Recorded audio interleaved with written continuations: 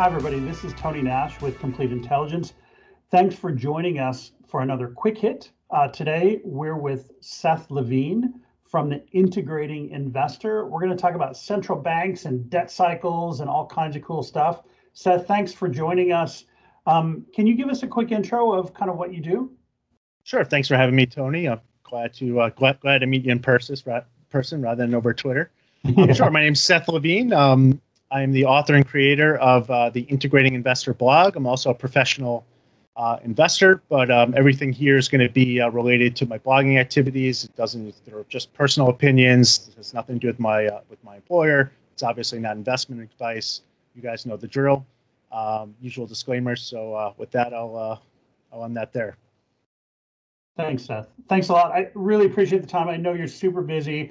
For anybody who doesn't know, Seth is a coffee roaster as well, and he kind of got me into roasting coffee. So it's all his fault when you see my bad pictures on Twitter of my coffee. So, Seth, I wanted to ask you about a couple things. So we have a new administration in the U.S., okay? We have Jerome Powell, central banker, who's been there for a while, which is fine. A lot of continuity there. We have Janet Yellen coming in as a Treasury Secretary. But we're also kind of late in this COVID cycle with a lot of overhang and what I think are kind of bad policy decisions. Some people may like them, but we've got a lot of things that need to restart. At the same time, we have, Europe that is still kind of shutting things down, and the ECB, and we have demographic issues in Europe, all those sorts of things. I'm really curious about in big words, the financial system, but more specifically, kind of central banks and treasury. What are your thoughts on kind of where we are and kind of where we'll likely go, let's say in the next year or so with those, say, the financial system, central banks, and treasuries? What does it look like from your perspective?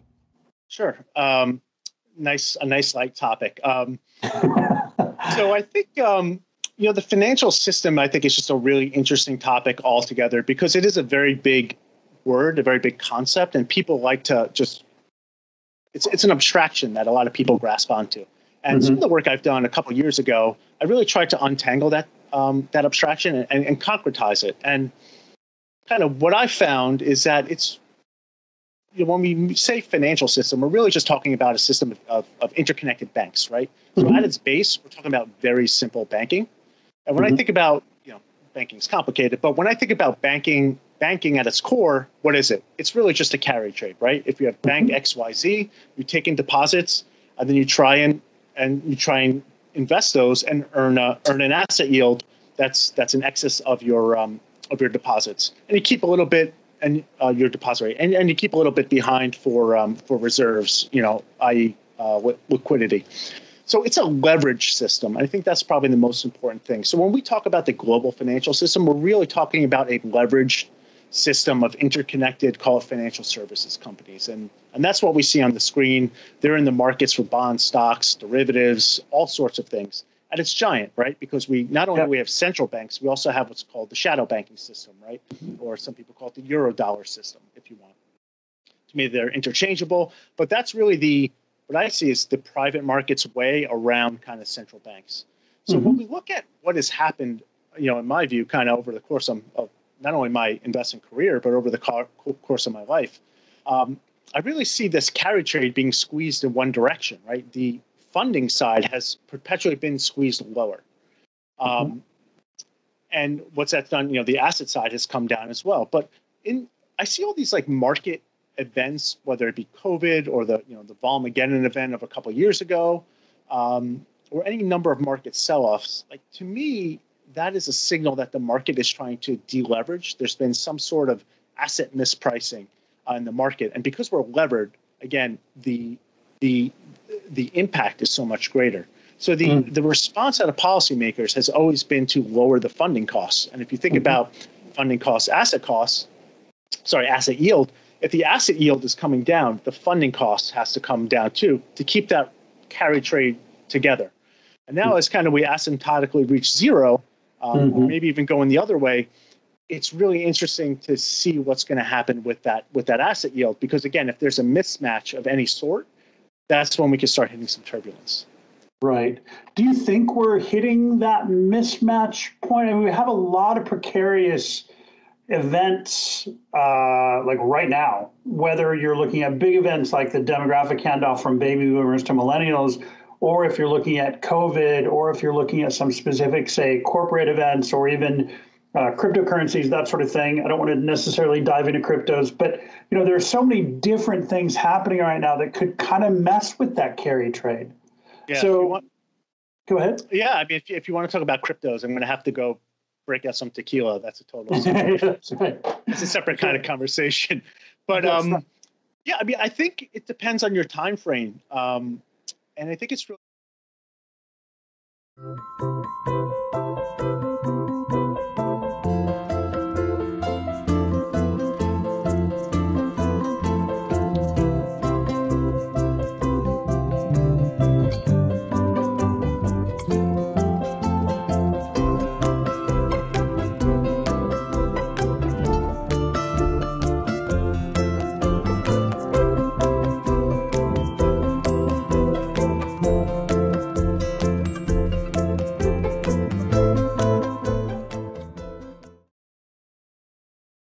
Interesting. If we look long term, I mean, long term, I think you hit upon it perfectly. It's the millennial to taking over from the baby boomer, and just a giant debt burden that we've amassed, and I'll blame it squarely on the fiat currency regime.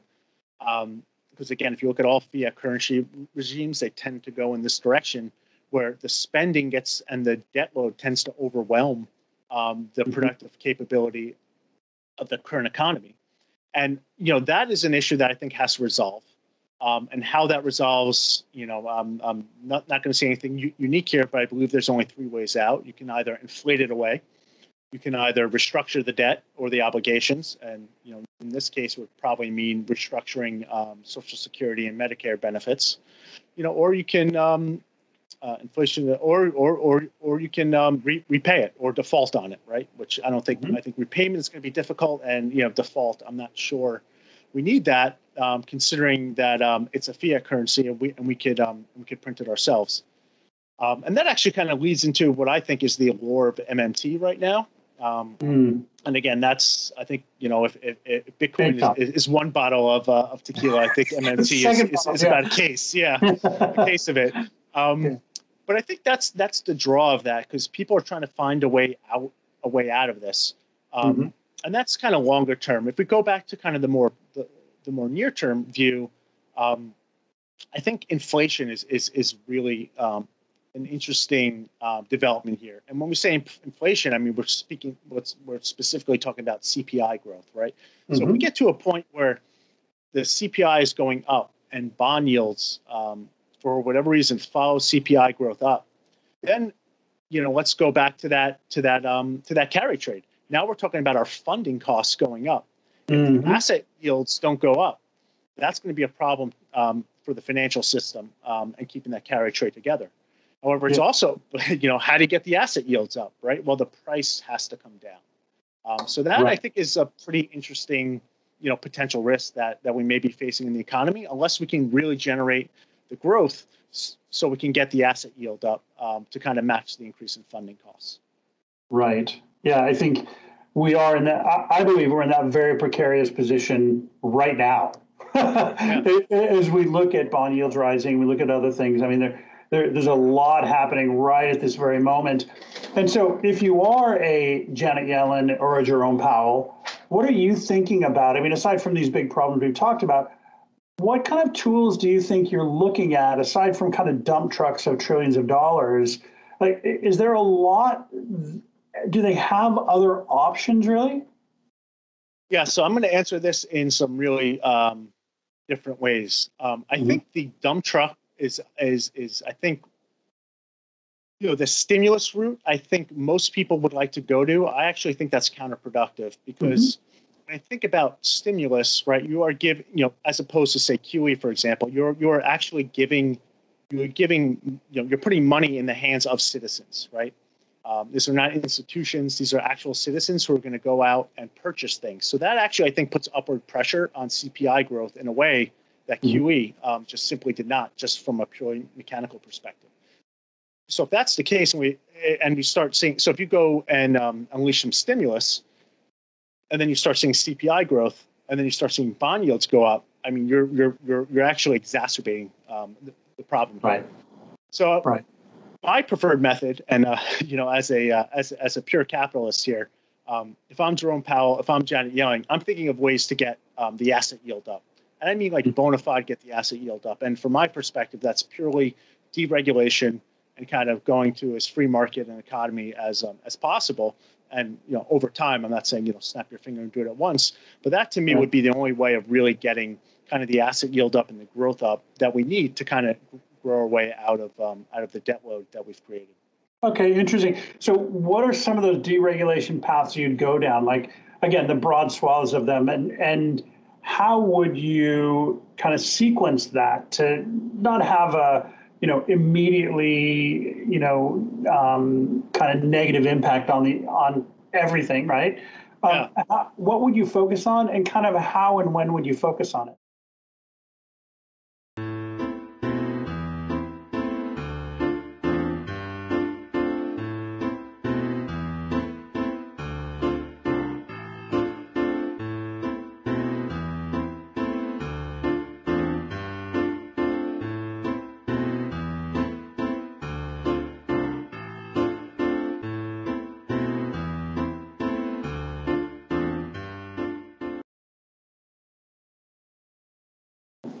Sure. So this, I think, is so this is going to sound like a punt, but it's not. I think this is a very specialized issue, and there are probably like really good policy makers, policy experts who can actually opine on this. But the way how I like to think of these problems, and I get a lot of criticism for this, but it's really, to me, the only way to, the best way that I know to think about them is think of the end state. Think about where we are now. Like let's devise the ideal end state, and then once we agree on the ideal end state, then we could talk about the strategy to get us from here to there in the least disruptive way possible. So, I mean, ultimately, my end state would involve, going to a free banking regime. We've tried this throughout history. There's been periods of it in the U.S. There's been it's been tried best probably in Scotland. There's also some in Canada. If you're looking for resources on free banking, I highly recommend the work of George Selgin and Larry White. Definitely the foremost experts on the topic. That would probably be, that's how, that to me would be, if I were Jerome Powell, kind of the way how I would go. I would try and think of how to put myself out of a job, in a sense, which we know is probably unrealistic and probably doesn't have a lot of consensus behind it. But that's the way forward, I see. In terms of, yeah, I mean, and again, these prescriptions that we're talking about are going to be financial, because we are talking about Jerome Powell, who's the head of the central bank, right? So he is a banker in the financial system. And Janet Yellen is Treasury Secretary. I mean, I don't really know how much power she has, because she's just trying to fund the government, right? So maybe use her sway. If I'm Janet Yellen, I'd probably have to get a little bit shorter, and then maybe try and lobby for some kind of deregulation angle, and take some of that pressure off me to have to fund a large government with that has a very big reach. Sure. Okay. And so when we look at going down that path, and we look at, say, the US dollar as, like it or not, as a global currency, how do other, say, central banks or financial systems interact with the US as we would potentially move down that path? Sure. So the dollar is very important in the global financial system. It is sort of the base reserve currency. But right now, all currencies are floating, right? So I think perception probably has a lot more to do with it than anything else. And really, when you're talking about really still what we're looking at is, at least from a fiat perspective, it ultimately, no pun intended, the buck is going to stop with the strength of the U.S. economy, right? And it's going to, and that's with any currency. So the stronger, in order to keep the U.S. dollar as reserve currency, I think we need the strongest currency possible. And I think that also means, honoring the obligations possible. So that puts a lot more pressure on the inflation kind of prescription and on the default prescription, and really I think really leaves you with the growth, the growth angle as a way to kind of maintain the dollar's importance in the system. And so it sounds to me like you're but fairly concerned about inflation in the coming years. Is that fair to say? Oh man, no, we may need 3 cases of tequila. Yeah, I am sort of a secular deflationist, and I am for a couple reasons, and it's probably none that you've ever heard before. One, I'm just I'm a big believer in human ingenuity, and a lot of this has to do with definition, right? If we're talking about inflation's definition, right? It's today people are talking about CPI growth, right? The rate of CPI. Right. So that is just the price of consumer goods and services. That should fall over time. I mean, just know that is the way of human prosperity. In fact, the only way where you get CPI growth increases are times during shortages, and tough times. And actually, if you look at the inflation we're seeing now, right, the CPI growth, that is like coming because we are seeing shortages throughout the supply chains, right? And that's a large part. So let's stop there and let's talk about that in terms of shortages.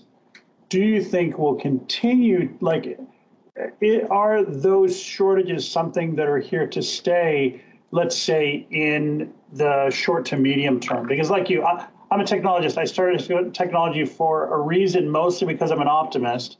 But so over the long term, I certainly believe that prices go down generally because of innovation. But these supply shocks, we'll say, almost a generalized supply shock that we're seeing kind of in the wake of COVID, do you think that will be with us for a sufficient amount of time to have an impact on short to medium term CPI and provide a disruption to that balance that you've talked about?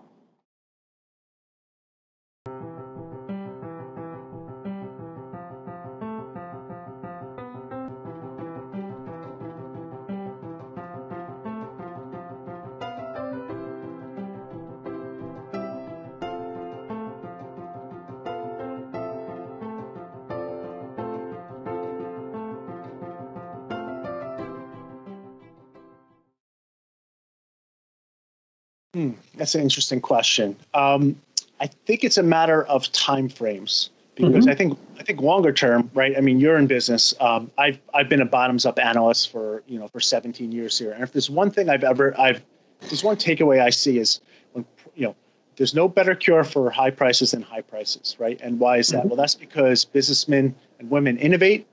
They debottleneck processes, and they find a way to improve productivity and bring those prices down. And these COVID shortages, I believe, are temporary, because I believe that we're going to see, business people innovate and try and meet the demand with as much supply as possible for as low as price as possible, and to make simply as much profit as possible for them as well.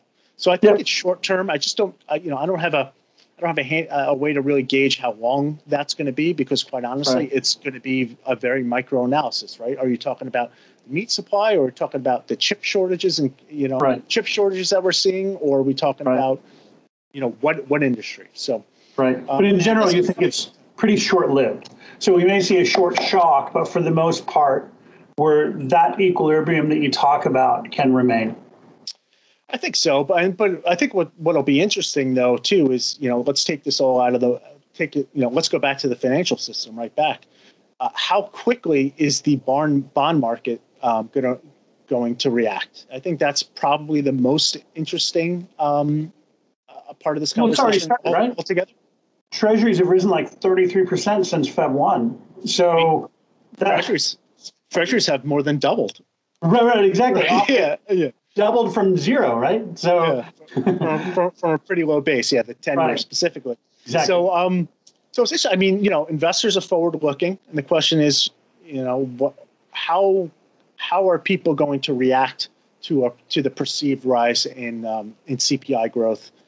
How far will this take it? What are the also supply-demand imbalances within the financial system? I mean, these are very complicated systems. with a lot of inputs. And I think we all tend to, myself definitely, I fall for this. We oversimplify these because right. We hang on to a narrative. I certainly, let's just be blunt. Like I have no idea where right. yields are going to go. I think anybody does. We make this up as we go along, right? Yeah. So bringing this back to say Yellen and Powell and central bankers, the tools that they have, they're facing the dilemma of stimulus versus, let's say, near-term, say CPI inflationary activities. Yeah. So do you see an easy path for them in the near term? I don't see them as the main players in this argument at all. I mean, I think, the central banker's job, if you go back to the early central banks, it is just simply to try, if you go back to a fiat currency regime and you go back to what a banker would normally do, he's just trying to match the assets and liabilities and keep everything together. How much power does he have to sort of juice kind of the asset yield of the economy? And I'd say very little. And I think, the proof is in the pudding when you look at how, economies have performed over the past couple of years. No matter how low they've taken treasury yields, you haven't really seen, a boom in GDP at all, right? Exactly. It's completely elusive. And I think that's just because they don't have, that's not a central, that's not within his power, even though, there's this belief out there that if you control the liability side costs, then all of a sudden you can control the asset costs. And I think really the only lever in there that gets tweaked with is actually the leverage. And I think that's probably the most dangerous thing. So in the short term, we'll limp along, it sounds like, as usual, okay? But in the longer term, and I want to kind of wrap this up fairly quickly, it sounds like we have to transfer liabilities from baby boomers onto millennials. Do you see any feasible tools for them to do that in a way, that can happen in a organized, won't be painless, but a relatively organized way? Or will it have to be some sort of disruption? I think the only organized way to do it is through growth, right? And you need to come up with pro-growth policies. And again, my bias is as a capitalist for many reasons. We may need throw an extra case of tequila on the truck to to get down that path. So that is a tool, the tool set that I think is necessary to kind of tackle these problems. If you don't bring up the asset yield, then you have to deal with the funding costs. And again, you're left with three issues, and I think they're all pretty ugly. Great. Seth, on that optimistic note, we'll wrap it up. Thanks to everybody for tuning in for this quick hit. Please subscribe below on the page, and we'll see you for the next quick hit. Thanks very much, Seth. Thanks.